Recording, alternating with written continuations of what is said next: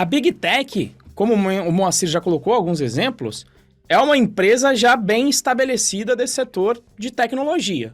O Moacir mencionou aqui, né? IBM, a Red Hat, que foi comprada pela IBM, já é uma Big Tech, ou seja, normalmente já um alto faturamento, uma consolidação no mercado, normalmente com um modelo de negócio normalmente já bem lucrativo e faturando bastante. Por isso, a parte do big do inglês, que é o grande, né? Ou seja, uma grande empresa de tecnologia. Trazendo aqui para o Brasil, por exemplo, na área de ERP, SAP é uma grande empresa. A TOTUS, que foi a união de várias empresas brasileiras, também nesta área de ERP. Então você tem também algumas brasileiras. Tem a Stefanini, também seria outro exemplo de empresa, uma Big Tech brasileira que trabalha aí com software, tá? Já a startup é uma empresa normalmente inicial, uma empresa no seu início. Com um detalhe, né? Hoje em dia o termo se deturpou, né? Então muita gente usa startup como sinônimo de empresa no seu estágio inicial, né? Só que se você pegar ali na origem da palavra, normalmente a startup é uma empresa iniciante, mas existem várias empresas iniciantes. Por exemplo, o tio que tem o CNPJ que abre ali o seu carrinho de pipoca, ele começou uma empresa, ele é uma startup? Então, não. Por quê? Porque a startup é uma empresa feita para crescer muito rápido. Tá? Tem um modelo de negócio em que ela vai crescer muito rápido, seu faturamento, a tendência é que aumente muito rápido, ao passo que os seus custos não aumentem na mesma proporção. Então, nem toda empresa inicial é uma startup. Diga, amor. E por consequência disso, né, eu não vejo outra forma de ter esse descolamento entre faturamento contra custo, a não ser com tecnologia no meio, né? Então, a tecnologia acaba sendo uma consequência da startup, né?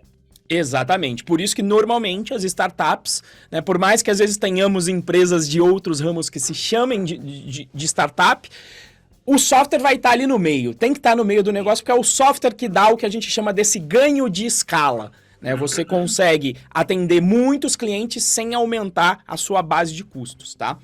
E aí, o que acontece? Então tem esses dois ecossistemas tão distintos, tá? E aí, quais são aí as duas diferenças fundamentais entre essas duas? Para mim, a primeira, logicamente, é o risco. Tá?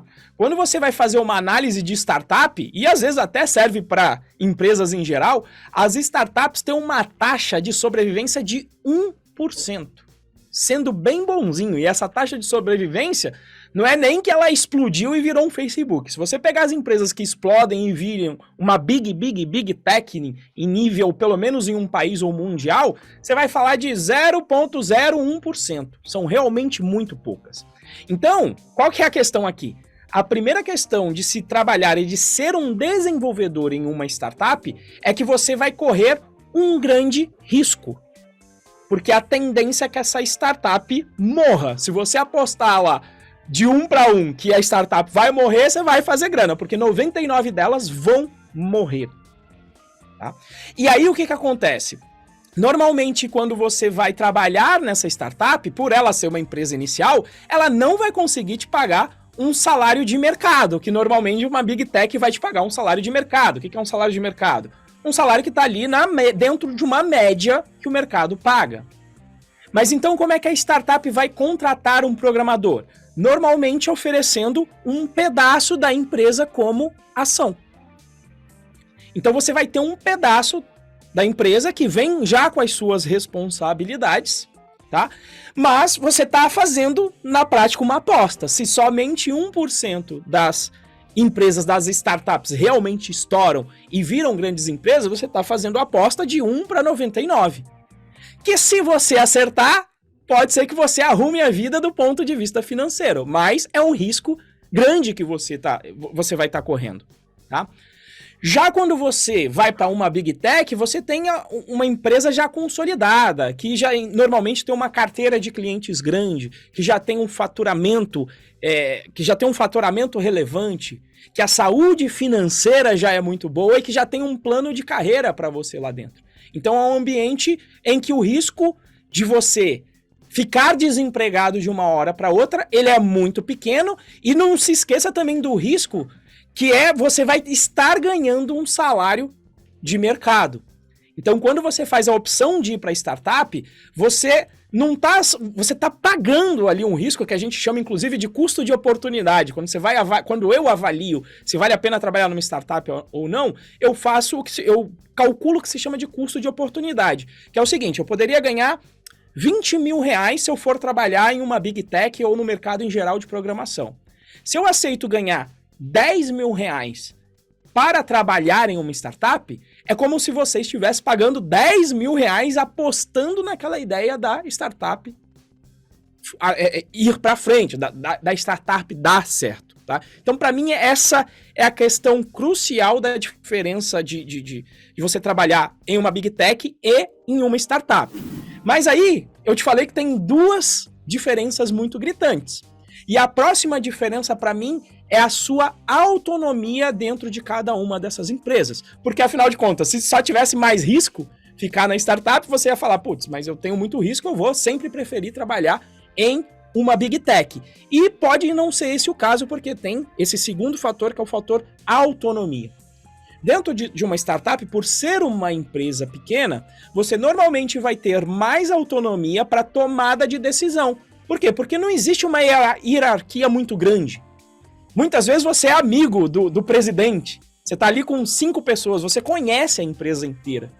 Quando eu trabalhei no Red Hat, nós estávamos, se eu não me engano, com 2.000 colaboradores dentro da Red Hat espalhados pelo mundo inteiro. Você já não conhece todo mundo. Você tem uns 4 níveis ou 5 níveis de hierarquia até chegar no presidente. Você não conhece mais o presidente.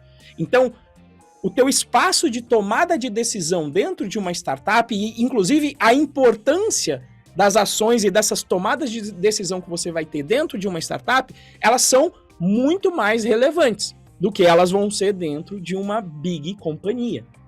Então, eu anotei aqui 2 exemplos dessa situação diferente. No QMágico, eu fui diretor de tecnologia com 3 anos de experiência de formado. Nunca que eu seria diretor, potencialmente nem gerente em uma Big Tech de uma equipe com 3 anos. Eu seria um desenvolvedor pleno, como eu era efetivamente. Mas dentro da startup eu estava numa posição de diretor de tecnologia, onde as minhas decisões eram importantes. Eu cheguei a contratar gente. Ou seja, exercendo aí funções que não se limitam só a de um desenvolvedor que só vai lá fazer o código dele, cumprir os requisitos, colocar a funcionalidade no ar, pronto, acabou.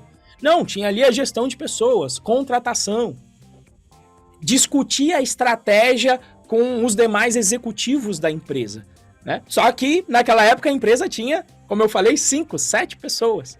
Eu conhecia todo mundo. Então, muito mais autonomia. Já em uma Big Tech, você não vai ter essa autonomia toda. Por exemplo, eu trabalhei na empresa, na empresa é ótimo, eu ia falar de americano, eu já meti aqui um português de americano aqui. Em uma empresa, eu trabalhei, que era a Red Hat, que foi adquirida pela IBM, mas que já era muito grande, que faturava 2 bilhões de dólares quando eu entrei.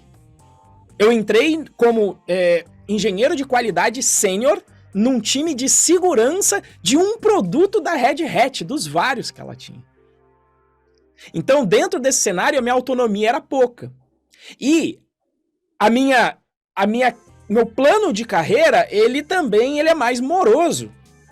Lá, por exemplo, eu fiz uma pesquisa, tinha um indiano que trabalhava com a gente, ele estava no 5º ano dele como engenheiro de qualidade sênior.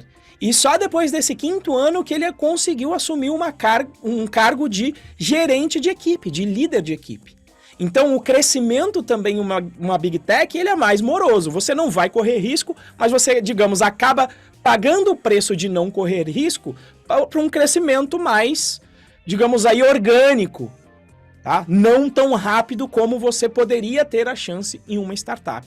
Então, para mim, essas são as duas grandes diferenças. E para mim também tá aí no nível de trabalho também, né? Na startup, como você tem pouca gente, fatalmente você vai trabalhar pra caramba. Eu trabalhava 12 horas por dia lá no QMágico. Na Red Hat, eram as minhas 8 horas, tranquilo, não tinham grandes estresses, a vida era bem mais tranquila. Então, para mim, essas são as grandes diferenças, tá? risco e autonomia e com todo o contexto que essas escolhas, que esses ambientes oferecem para você.